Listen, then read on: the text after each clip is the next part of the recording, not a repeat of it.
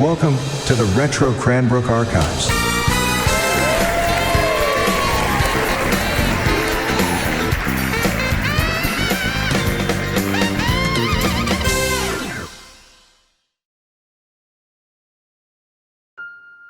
In early 2012, the British Columbia Teachers Federation members were continuing to seek a negotiated collective agreement.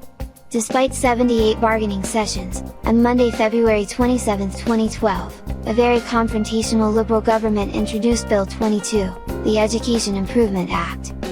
The bill passed despite being almost identical to the law Christy tried to pass in April 2011 but was struck down as unconstitutional. Bill 22 hurt students and attacked teachers' rights. It meant no collective bargaining and went against the previous BC Supreme Court ruling that contract stripping legislation was unconstitutional. It also meant that Bills 27 and 28, the real dynamite in this assault on education, would be repealed and legislated back into effect.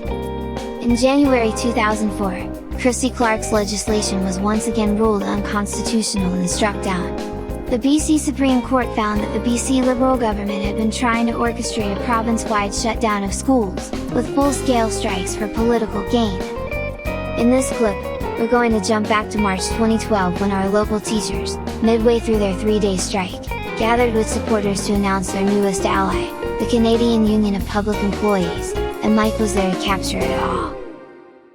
Please note, portions of the audio may be hard to make out.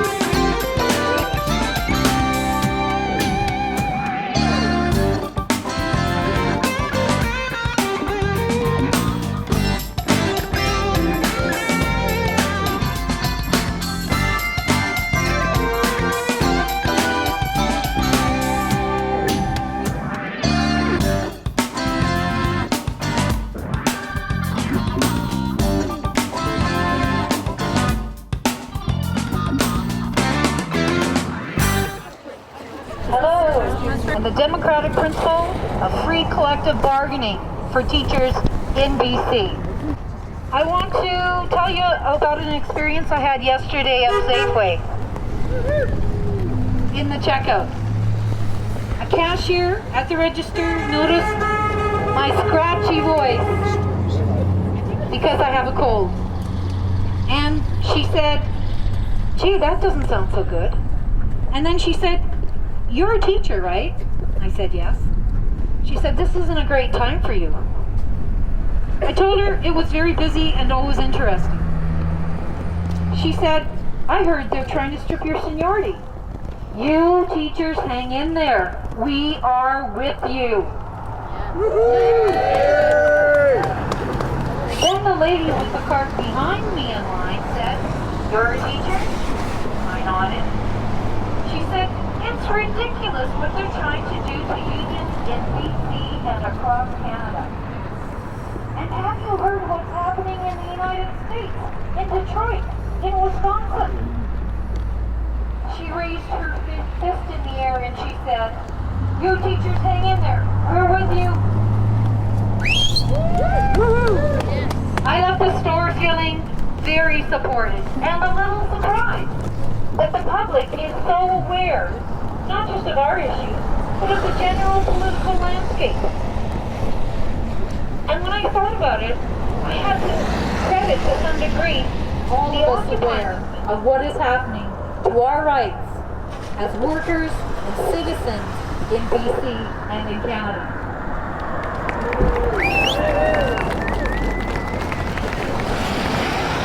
Is Christie Johnson here? No, yeah? Okay, then I'm going to have my Vice President, Shelley Balfour, read some things that have come to us across the listserv from other areas of BC, other locals, so that you can hear their message to us today. Surprise, surprise,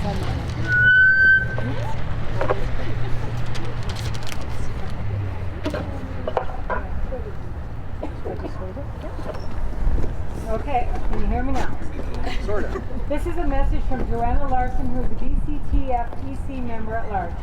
We can't hear you. A little closer to the mic. How's that? Okay, I'm just about eating. Okay.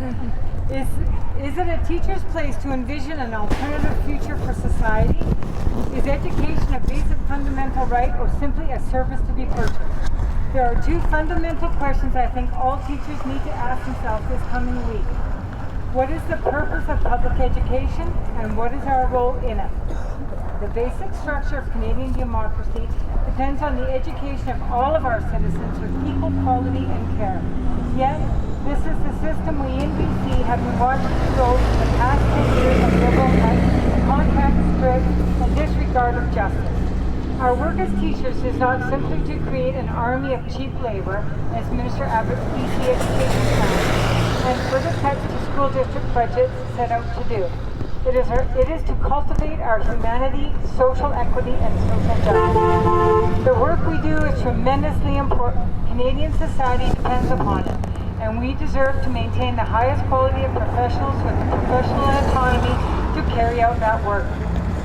This is the third contract in the third term of the same government that is about to be imposed upon us. It doesn't matter all that much as to how egregious the contents are. It is the fact that Premier Clark and our government are taking away our right to bargain. The very nature of imposing a contract on us is stripping us of our rights again. In paternalistic fashion, Abbott has been in the media over the last few days, threatening action on all those who defy him. He claims in the Kamloops Daily News that students are failing because of us. He has put into writing that he is willing to have non-monetary items mediated, but nothing that costs anything. In other words, he'll agree to mediation on concessions only. What is more demeaning than that? I don't need another attack to know that I'm already ready to stand up for what I believe in. I'm voting yes this week, and I'm asking for other teachers in this province to do the same. I know I deserve better than this. I know my kids deserve better than this, and you deserve better than this. Okay, and if we accept a rollover with zero, with the idea that we will somehow get what we're asking for in the next round, we will be very disappointed when this strategy does not play out. Next round, we will have concessions on the table and something else, a wage rollback or massive layoffs. And then what will our choice be then? We'll accept the concessions but nothing else? We'll take the wage rollover but not the concessions? We are painting ourselves into a very, very dangerous corner with this strategy. Our strength comes in our unity. This vote is about showing government that teachers will not accept legislation as the end to negotiations. The purpose of this vote is to show how we can't be bullied around. This vote is about showing that teachers in BC believe in our union, both local and provincial, and that we will not allow this neoliberal government to legislate away our right to collective bargain. That's Jennifer Wage, who is the first Vice President of the Surrey Teachers Association. Thank you. Thank you, Shelley.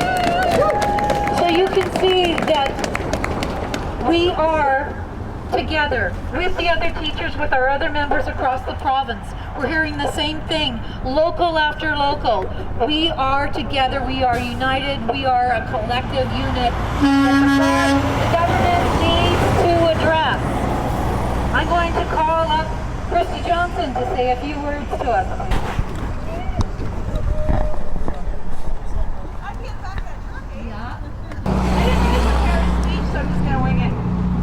Like a lot of younger teachers, I always took the collective agreement for granted. I didn't think it was important that if I did a good job, I would get here. I always thought if I did a good job, Daryl, that I'd be rewarded. And that would be all that matters. But the collective agreement is more than that. It is our protection. And if we can't democratically and unilaterally be able to be involved in it, then we no longer live in a democracy. And that's what I feel we're living in right now, is non-democratic province.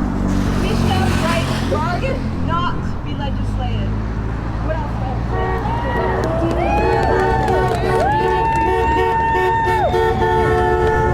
What we need in our classrooms are less students, more time to get together as departments and to do a good job. When we're constantly forced to produce, that's when people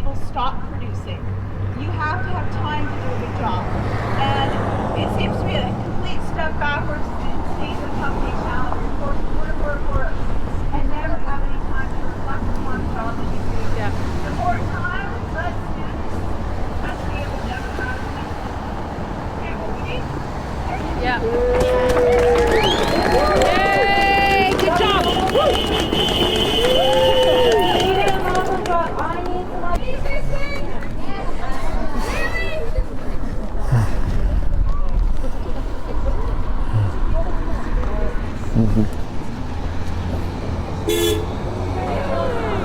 Put your sign up for the cars, Owen.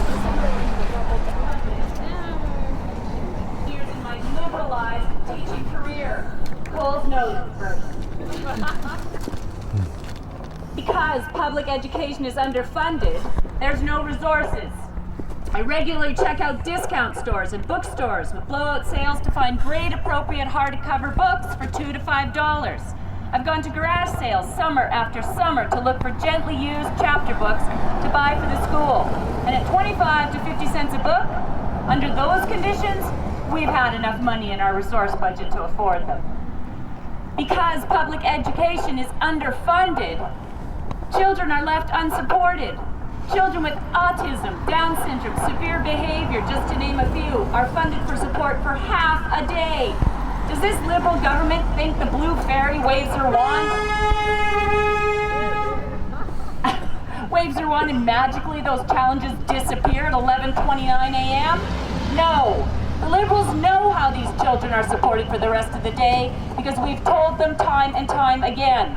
But I wonder if most parents and taxpayers know. For those children who desperately need support for the other half of their day, support is quietly stolen from other needy designated children in our school buildings, and they are left unsupported. Shame. Because public education is underfunded, children are left in physical and emotional danger. In my classroom this year alone, I have been stabbed, scratched, pushed, and cursed out by students unable to cope. And I teach grade 2. I just think how that must be affecting the other small children in my classroom. Because public education is underfunded. Honestly, tax time is almost here, and I wish I could put what I owe in provincial taxes into trust and then donate it directly to my school. What a statement it would be if everyone in our province did that. Because frankly, I could not care less about a new roof for BC Stadium. Or tax incentives for big corporations. Hey, let's raise the toll on the Calcahalla. Why not, right? Fuck it. Why are they set on attracting big corporations to BC? Why don't we just educate our own British Columbians to be innovative, creative, business-smart individuals? No need to attract them. Our children are already here.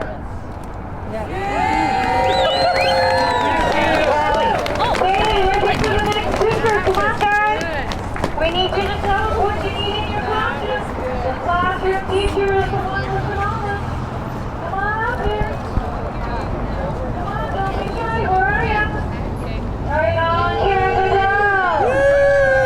From TM Robert. Sorry, GT. Yes, sir.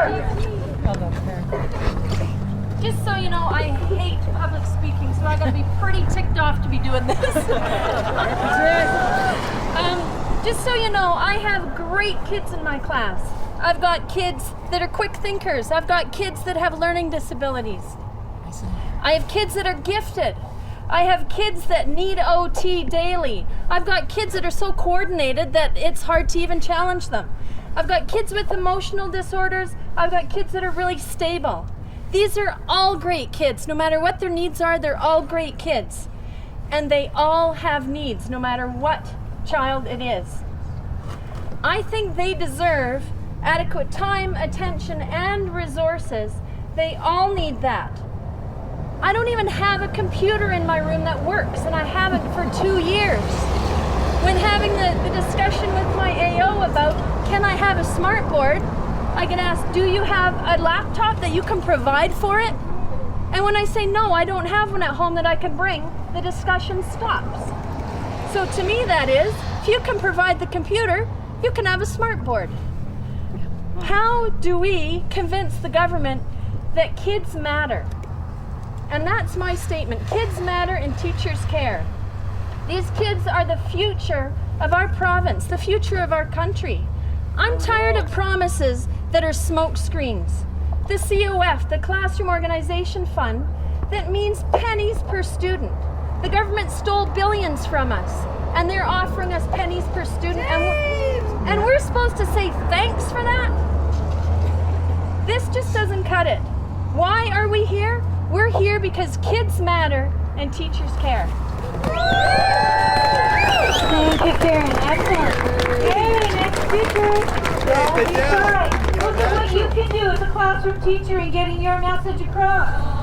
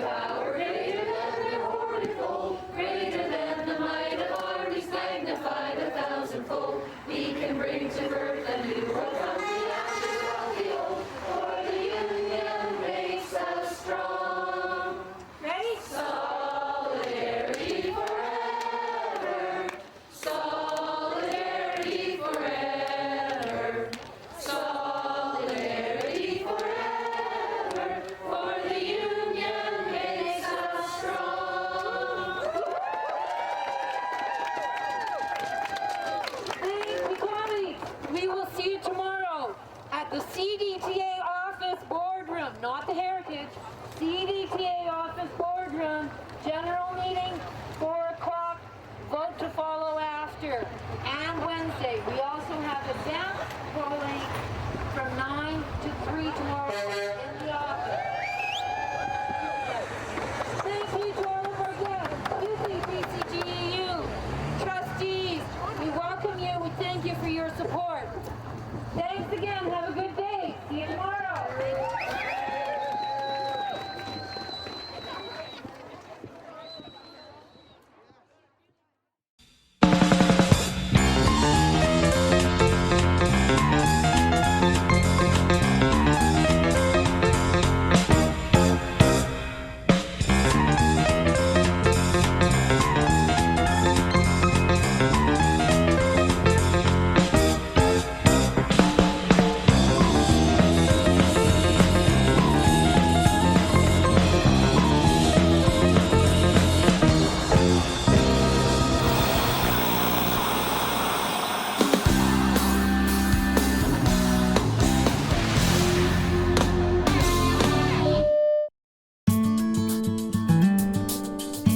Before you leave, please subscribe to our channel.